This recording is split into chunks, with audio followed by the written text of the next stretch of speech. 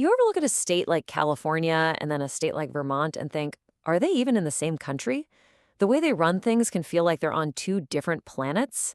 Well, it's not just about red states and blue states.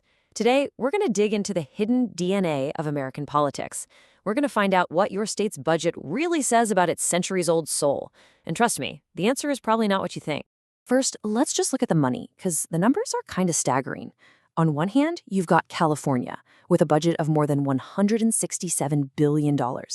And on the other end, there's Vermont at just $3.6 billion. That is a massive, massive gap. California's budget is over 46 times bigger. So what's going on here?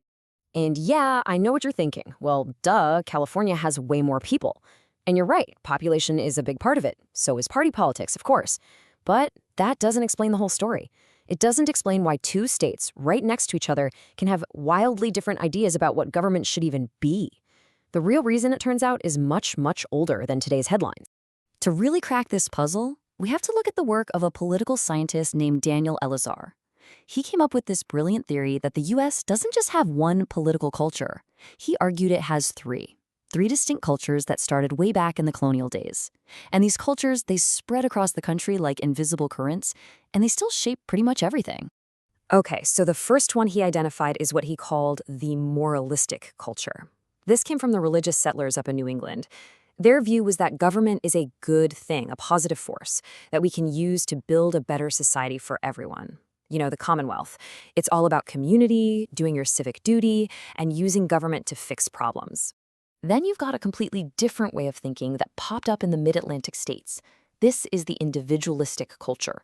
Now, these folks saw government more like a marketplace. It's not there to make us better people. It's just a practical tool to get things done. It should provide the services we need, but other than that, it should stay the heck out of our private lot. And rounding out the trio, there's the traditionalistic culture, which really took hold in the South.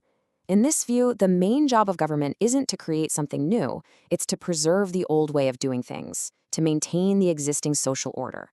It accepts that society has a natural hierarchy and that power should really stay in the hands of a small, established elite. So you've got these three really old, really different ideas about the world. What on earth does that have to do with those budget numbers we saw? Well, as it turns out, everything. Each one of these cultures has a totally different answer to the question, what should we do with our tax dollars? And this is where it all just clicks into place. Moralistic states like California and Vermont, they're way more willing to spend a lot on public services, like education and welfare. Individualistic states, they're more focused on practical, pro-business spending, roads, infrastructure. And the traditionalistic states, they tend to spend the least because the priority is just keeping the status quo, not launching big new government programs.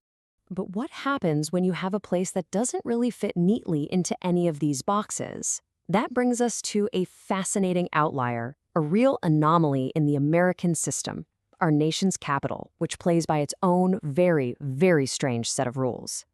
Washington, D.C. I mean, we all know the images, right? The Capitol, the Washington Monument. It's designed to be the symbolic heart of the country. But underneath all that marble is a political reality that's just unlike anywhere else. And get this, it's not some tiny district. Back in 2014, its population was pushing 660,000 people. To put that in perspective, that's more people than lived in the entire states of Vermont and Wyoming at the time. And yet, for all those people, it is not a state. It's a federal district, this unique thing created by the Constitution that puts it in a kind of political limbo. It's a governmental gray area you just don't see anywhere else. Its whole history is just this constant tug of war. It was founded in 1790. It actually got smaller in 1846 when Virginia took its land back.